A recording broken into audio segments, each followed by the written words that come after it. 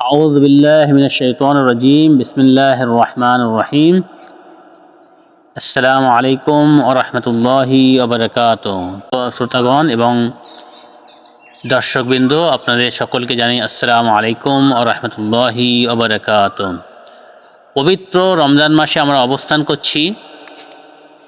এই মাসের শেষে আমরা সকলে যাকাতে ফিতর দান করে থাকি, তারপরে আমরা ঈদের নামাজ পড়ি। যাকাতে ফিতর কত এবং তার পরিমাণ কত, সেটা আমাদের মধ্যে একটি আলোচনার বিষয় রয়েছে। কেননা আমরা দেখছি এখানে কিছু মতান্তর দেখা যাচ্ছে। সেটা হলো এই যে আমরা রাসূলুল্লাহ সাল্লাল্লাহু আলাইহি ওয়া সাল্লামের যুগে স্বয়ং রাসূলুল্লাহ সাল্লাল্লাহু আলাইহি ওয়াসাল্লাম কী করেছেন, এক সা খরমা, এক সা জব, এক সা কিশমিশ বা এক সা জব তিনি প্রদান করেছেন, এবং সেটা আমরা সহিহ মুসলিমে, সহিহ বুখারীর যাকাতে ফিতরের অধ্যায়ে পড়ে থাকি এবং দেখেছি। এখানে কয়েকটি হাদিস রয়েছে যেখানে এক সা পরিমাণ উল্লেখ করা হয়েছে। এক সা পরিমাণ আজকের যুগে আমাদের যেটা হয় সেটা 3 কিলো, প্রায় একটু সামান্য কম, প্রায় 3 কিলো।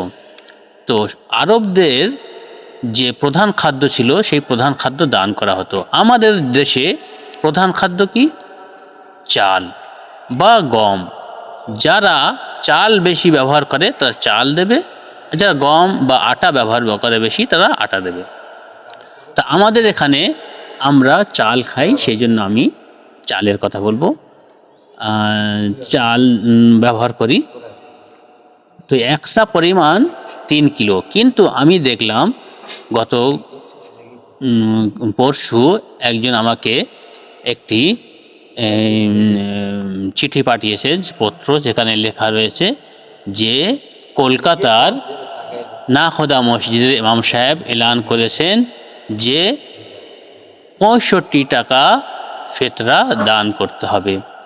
কিন্তু আমরা 65 টাকা কি, এটা কি 3 কিলো দাম আমরা খাই, যে চাল খাই তার দাম কি 3 কিলো 65 টাকা হতে পারে? না, এটা হাফ সা, অর্থাৎ রাসূলুল্লাহ নিজে যা দিয়েছেন সেই পরিমাণে আমরা ফিতরা দিচ্ছি না, বরং কোনো এক কালে কোনো এক কারণে সেটা অর্ধেক সা করা হয়েছিল, এবং সেই অর্ধেক সা অর্থাৎ হাফ সা 1.5 কিলো পরিমাণে আজও চলে আসছে।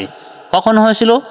যখন এক সময় খরা দেখা দিয়েছিল, ফসল কম হয়েছিল, তখন সেটাকে অর্ধেক করা হয়েছিল, এবং তারপরে যখন ফসল বেশি হয়েছে তখন তো কী করা দরকার, তখন তো এক সা দেওয়া দরকার।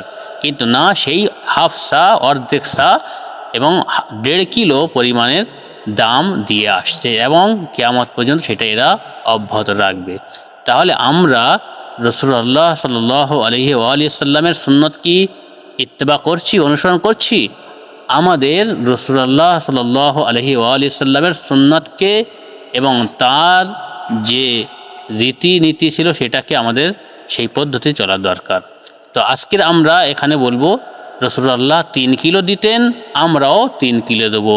সেই জন্য এক সা পরিমাণ 3 কিলো আমাদের প্রধান খাদ্য।